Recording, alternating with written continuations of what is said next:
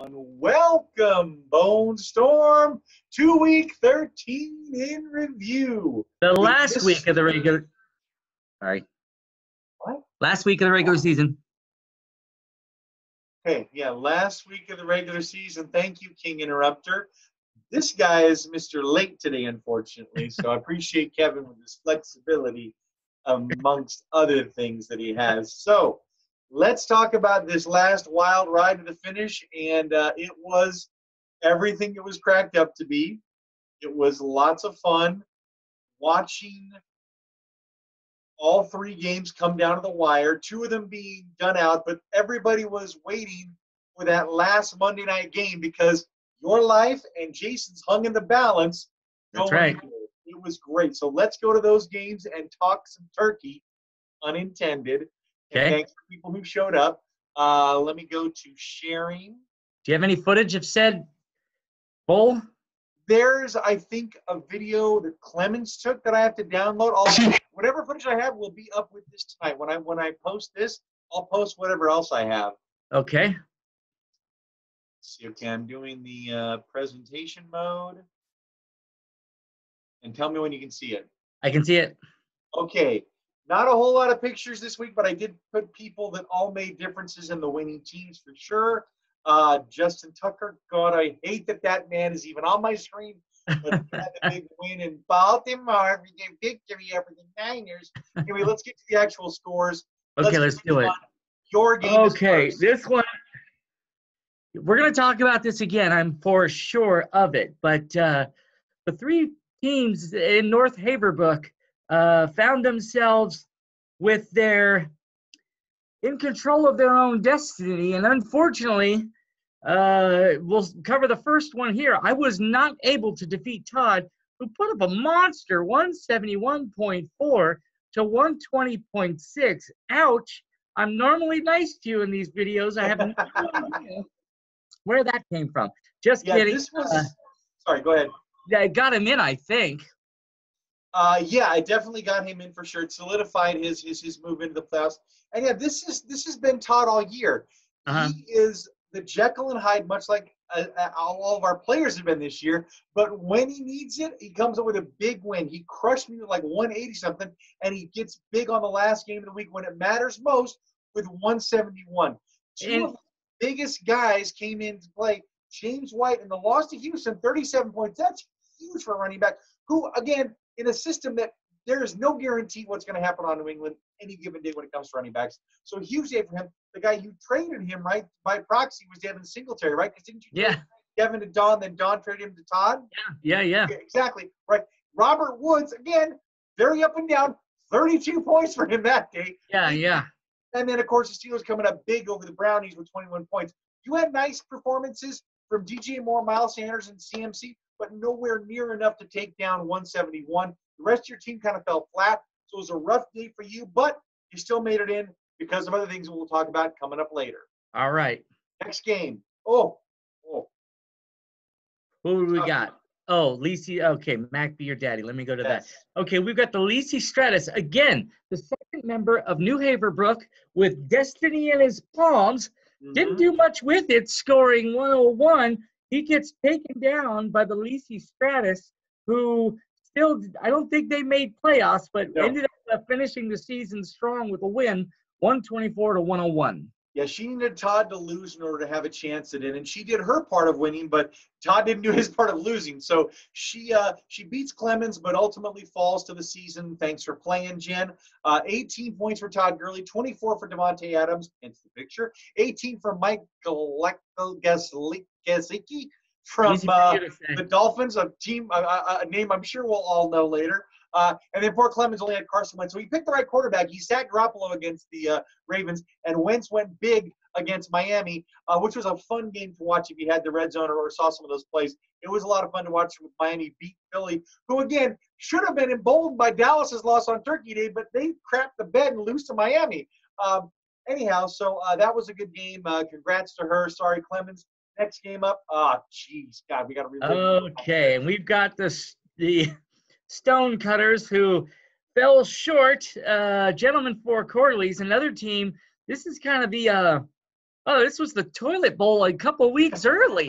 These two Shut it. teams, both bottom of the division, Yes. played. She was able to beat you 120 to 115, finishing off the season with her third win, handing you your, what, eighth loss? Shut it. Yes. Sorry. Yes, it was yet another loss on my slide out of the playoffs this year. Patrick Mahomes, hey, thanks for playing with 21. Tyler Lockett, goose egg. Seriously, dude? Goose egg. You can't give me one friggin' point. And believe me, I wasn't the only one. I was active on Twitter on Monday night, and a lot of people had Tyler Lockett hurting them on that last game of the year. So that made me laugh. James Washington, good job with 23 over that defeat of the Browns. Congrats to Terry in a game that meant nothing to either of us. Chris Carson with 19, 18 for Jason Witten. Let's move on to more important What did things. Kelsey get? I can't see. Kelsey got 14. Yeah. Underperformed what he was projected, but doesn't matter in the end. So Yeah, okay. good job, first round, asshole. Sorry.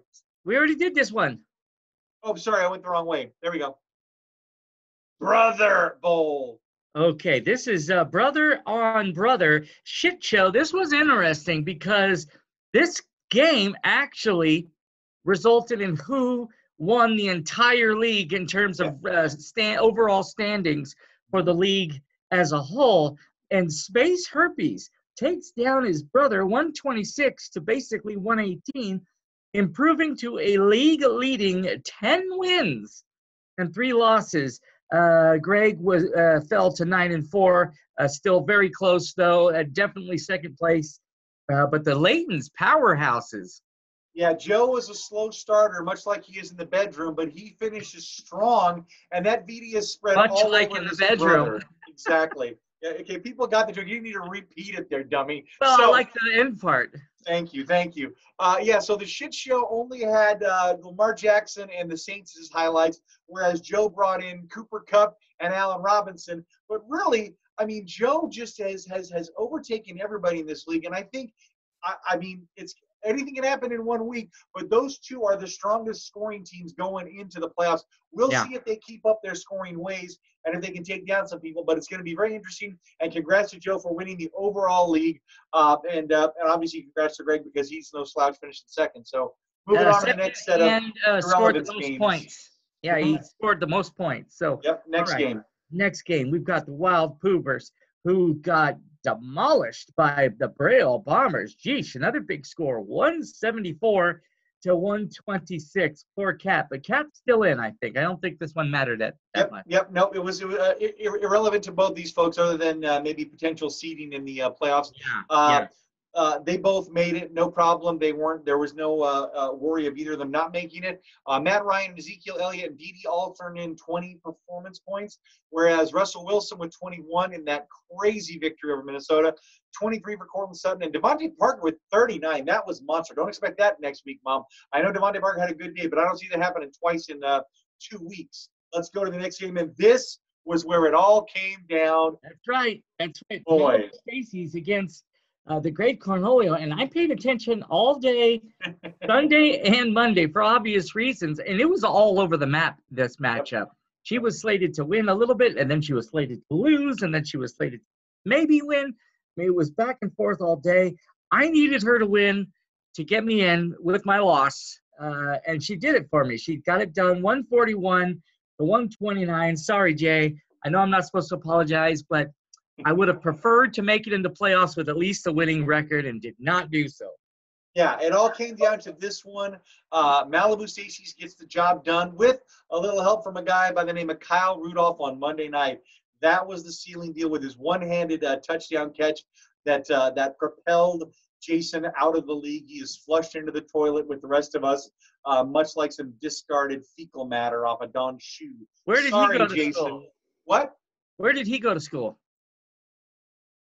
Oh, did he? I think he went to Notre Dame. So I did not know where he was a Notre Damer, but good job, Kyle Rudolph, for being a Notre Damer and Golden Domer that helped Malibu Stacy's win again. She was already in. She just helped her hubby get in. She gave him a little nudge in the right direction like she does many nights a week. Let's go to the division standing finals. Talk to me about it. Okay, we have in Brockway, we've got the shit show alone in front, 9-4, followed by the Wild Poopers, 7-6. Those are the two teams in playoffs in that division. The Stonecutters are on the outside looking in. Boo. In Ogdenville, Malibu Stacy's clinched the division title going into playoffs with Todd, who improved to 6-7, followed by the Lacey Stratus, also on the outside looking in. North Haverbrook, we had a three-way tie for first. First place is not going to make playoffs. And unfortunately, that is Jason. We all finished 6-7, but based on division matchups and points scored, Kevin finished in first. Technically, I finished in second, and poor Jay in third. Finally, Springfield, Space Herpes out front by 2 games at 10-3, followed by the Braille Bombers. So Kevin Mama making playoffs, and Terry is playing in the consolation bracket with you guys in week 1 of playoffs. So a big finish, a huge one for North Haverbrook. Everybody else was, there were some close ones, but really it was your division that everybody was watching coming that last week. So that was a lot of fun. Let's look up the 4 matchups. Now, I didn't do anything on the waiver wire this week. I was delinquent in that. I just decided, you know what, it's the last week. Whoever gets picked up now is just for the playoffs. I don't know if we want to include that every week. We can, but it's now only a few people going after. I mean, I take it back. I don't know if it's allowed or not. I'm sure we can still pick people up, but for the toilet bowl, I don't know if it's good form to go grab people from other people. I don't know what that is. I'm sure Jason's not going to care one way or another, but we'll take a look at it. Let's get to the matchups for the playoffs round 1. Okay. Yes. I have to take down Goliath. The number 1. David, Camp Krusty in this case, going against the Space Herpes. I do like a couple of my matchups, Yes. especially my defense. But again, this is going to be a tall order. Only 3 other teams have been able to beat him this year. So, well, actually, that might have been some of the same teams. But at any rate, he only lost 3 all year, and I'm hopefully going to give him his 4th. We'll see. Yeah, there's some very interesting matchups, and a lot of it tilts your way, at least in the games that matter, because in the games that matter on your side, there's not a lot. Obviously, the Browns are just about eliminated, but they're still in it, so they obviously want to beat Cincinnati. But Cincinnati put in the red rifle last week, and they got their first win. And this is a division. And this is a division game, so it's not like Cincinnati's going to lay. I don't see them laying down to the Browns just to give them a win. They might want to play spoiler. Yeah, you never know. Exactly. Dallas is desperate for a win. They're going up against Chicago on Thursday night, so watch that game because I know you can have it on your stupid systems. It's one of the few you get, so you can watch that on Prime or whatever. You should watch that because your man Randall Cobb's looking for some receptions. The big matchup for Joe, Kyler Murray going against that Pittsburgh defense. That has looked good at times. We'll see if they can keep it up in the desert against Kyler Murray. Then you have Michael Thomas going up against the best defense in the league, San Francisco, in New Orleans, so it favors them. But maybe San Francisco steps up and slows down Mr. Thomas. And then the other big one, like I said before, with Dallas and Allen Robinson, that's going to be a lot of fun to see how that goes on Thursday night. Does Dallas shut down Allen Robinson? And then the biggest, obviously, here comes the Patriots defense. Now, most weeks, that's a pretty good thing. They're going up against Kansas City, who has to come to their town. So, again, toss-up. Joe could have a lot of things work his way, but he has a lot of landmines to sidestep and see how this goes. Obviously, I don't think the projected totals are indicative of how it's going to roll, but it's going to be very interesting to see. Great first matchup for you. Next up, we got Big Clemens against Ama. Yes, we do, and it shows them being a very even matchup right now. Yep. I don't know what obviously they've got 10, but they might mix it up a little bit. But just 2 points separating the Braille Bombers over Mac Be Your Daddy Mustangs. I haven't paid any attention to his. I see a lot of check marks over at the Braille side, but probably not by a bunch, judging off these projected scores. No, it's going to be, again, some of these are going to be matchup driven, right? If Clemens keeps in Carson Wentz against the hapless Giants, that might bode well for him because I don't know if he's going to sit Jimmy G against New Orleans, who can be a strong defense against some different quarterbacks. He still has a lot of other weight on San Francisco with Tevin Coleman, Emmanuel Sanders, and I don't know if he's going to go with the Jaguar defense or if he's afraid of New Orleans offense and sit San Francisco again, who've been winning him games up until that point. We will see. Tyreek Hill, Tyreek the Freak, the Cheetah. What's he going to do in New England? It's cold there. Does he run as well? I don't know. My mom's side, she has some favorable matchups going against the Jets and Washington in some cases. But again, this can all go wackadoodle for anybody on any given Sunday. Going to be interesting to see how this goes. Looking forward to it. Again, these playoff matchups are going to be fun. Let's go to the next fun one. This is lady on lady crime. Let's see what these scissors produce. Okay. Okay. That's an inside joke for you in the know. Malibu Stacy's finishing first in her division goes against the Wild Poopers. Was the Wild Poopers in her? No. No. Okay. All right. So let's see the matchup. Wow, it really likes the Wild Poopers by 25. Don's Yep. gonna have to do a little work. I see a lot of green check marks in that right-hand column, but yeah, I would like to say that I'll help her with her lineup, but she knows more about this than I do. I just hope she makes the right call and increases our chances of bringing that bacon to the Heath household in Idaho. That's right. And she is going to be wanting to put her butt in the couch on Thursday night as well with you and watching that game because, again, she's got Dak Prescott. Which Dak shows up against Chicago? The good Dak or the bad Dak? We don't know. She has David Montgomery on the other side. How's he going to run against Dallas? Is he going to be awesome or is he going to fall on his face? Whereas the favorable matchups are for Kat are all against Detroit there. And she came into this league just killing people, and then she faltered going into the playoffs. So she can still be a serious, dangerous player, but it all going to depend on these weeks. Will Adam Thielen finally come back and play for the Vikings? He has been out for weeks on end. How does Zeke do against Chicago? Again, that Thursday night game is going to swing a lot of things for both you and Don. It would be wise to be watching it and kick those stupid kids off the TV for once and say, listen, Mommy and Daddy got money on the line. We got to watch this game. Now sit in here and learn what football's about, both of y'all. All right. Next game. We've got we've got the shit show going against the punishment due. Both teams scoring well as of late, and 132. Yeah, so no changes yet for Todd. Right now, it likes Greg's team a little bit, 156 to basically 132. But yeah, looking at those matchup, it really likes Greg's team down the line there.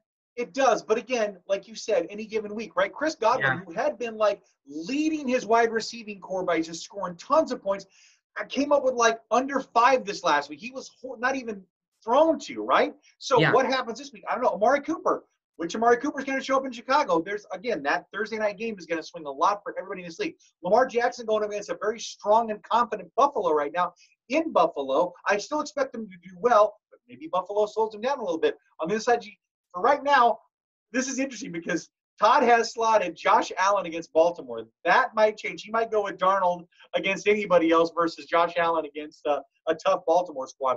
But again, that should be a big matchup. That's going to swing a lot of it. He also has Robert Woods going against Seattle. That's a division game. I expect Seattle to be really all over Robert Woods, but that might leave open Cooper Kupp, so we're going to see on that one. It's going to be a fun game. Again, James White, who had a monumental week last week against the best defense, maybe he gets used again, but you never know with Belichick how he schemes things up. How is he going to play against Kansas City? Maybe he'll use somebody else other than James White. But a lot of chips are being pushed in for Todd, and we'll see if his luck can continue down the run and upend Greg, who has, I think, and he'll correct me if I'm wrong, or Joe will, not advanced past the first round since he's joined the league. I think he's made the playoffs every year, but the last 2 years, I think Joe kicked him out if it wasn't 3 years. So it's going to be interesting to see if he can survive round one. And if he does that give him more chance, or is it going to be a one and done? Have either of the Leighton brothers won the whole thing? No, Joe made it to the finals, remember? First of all, he barely even knew he made it to the finals, which pissed me off because he beat me with Nick Big Dick Foles, which just killed me. I don't mind that he beat me. I'm not, he's like, oh yeah, I guess I won. I'm like, oh my God, how are you not on top of this? And then he lost to Jason, the person we least wanted to see win, because I wanted him to forever be sharing that victory with his brother. Now he's got his own trophy. So good for you, Jason. So anyway, we'll see if Joe cares a little bit more this year. I don't know, but no, neither of the Laytons have won it, but they're both heavy contenders this year. But as you well know, 1 week can spell disaster. That is it for this. Let me stop sharing and let's talk Twikey. Before we move on, sir, yes. The other two games, which are it doesn't matter, dude. We don't talk about those. We never talk about them. Doesn't matter. It doesn't matter. As the lady from Howard Stern used to say, you look like an animal with your. You look like one of your boxers when you do that with your lips. Okay, can I talk? Please. The other two games are the Stonecutters against the Great Cornholio and the Gentleman Fort Quarterlies versus the Lisi Stratus. The reason I bring those up is because there's still a prize. If you continue to pay attention, set your lineup. If you win the consolation bracket, you get to pick your draft spot for next year. Thank you for reminding me of that. Thank you for reminding me of that. I totally forgot. And in fact, Terry had asked me when we were at her house, she thought it was you won $60. I'm like, no, that was a couple years ago. We did that where you went in. We nixed that. And Jason was nice enough to remind me, although you already knew, obviously, was that the prize this year is you get to pick your spot in the lineup for next year. So if I win, I would obviously, you know me, I like to go backside. I like to go backside first, so I might pick the last one so I get the turn with those picks. I'll stay away from the front side because all too often those don't pan out for me, and certainly the middle has been no friend to me. I have a clarification question, although I think I might know the answer. Sure. So as playoff games conclude, those losers move their way down to the consolation bracket, correct? Yes, correct. Okay, all right. So stay in it, folks. Yeah, and so everybody should see it right. It's definitely going to be in it. And with Jason in it, he's going to be watching it like a hawk to make sure it all gets seated right. So that'll be good. So anybody, thanks for playing this year. Those that didn't make it, send me your money. I'll have updates on the money next week. I looked at it today to see who had paid, who hadn't. No, hang on to you're right. You got to pay. No, hang on to it because if she wins, you can get paid out of that if Dawn somehow wins. No, well, I don't want you out of pocket, just in case. No. We'll settle it but as long as you have a family member in it that could win the whole thing. See what I'm saying? You get paid out of her thing if we have to do that. But yes, so if you're out of it, send your money to me. All the different things, Venmo, PayPal, whatever you want. If you want to do it simple that way, or if you can come by with cash, that's always good too. Would those be to mattyufat@yahoo.com? No, gmail.com. I'm trying to get rid of that Yahoo one, but okay. So if you're sending it via those others, mattyufat@gmail.com. Yep, 2 T's in Matt. Anyhow, so again, thanks for playing. That was lots of fun. Thanks to people for the Turkey Bowl. I'll get the footage tonight, which the little footage we do have. There wasn't a lot of filmers out there this year as there are some other years. We hope to see the Heats next year if you can drag your sorry ass out to California, because it was a lot of fun, and those kids are getting a lot bigger, and they're not as fun to chase around as they were before. They're a little bit faster than they used to be. It was lots of fun. Everybody had a great time. Gabby loved it. She was all in. She scored the only touchdown for our team that sucked ass. So good job, Gabby. The Laytons ruled the day. I mean, Greg's team just killed us, basically. But it was still lots of fun. Great to see Quentin out there. He brought his 2 little firebugs. He brought his junior firebugs. That's cool. It was a lot of fun, so I'll get that up if I can. What? Sparky and we got to come up with names for him. Need another fire. Pyro. Yeah, Pyro. Sparky and Pyro showed up. Exactly. All right, stay classy, Bone Storm. Such a lot of with a 12-minute route.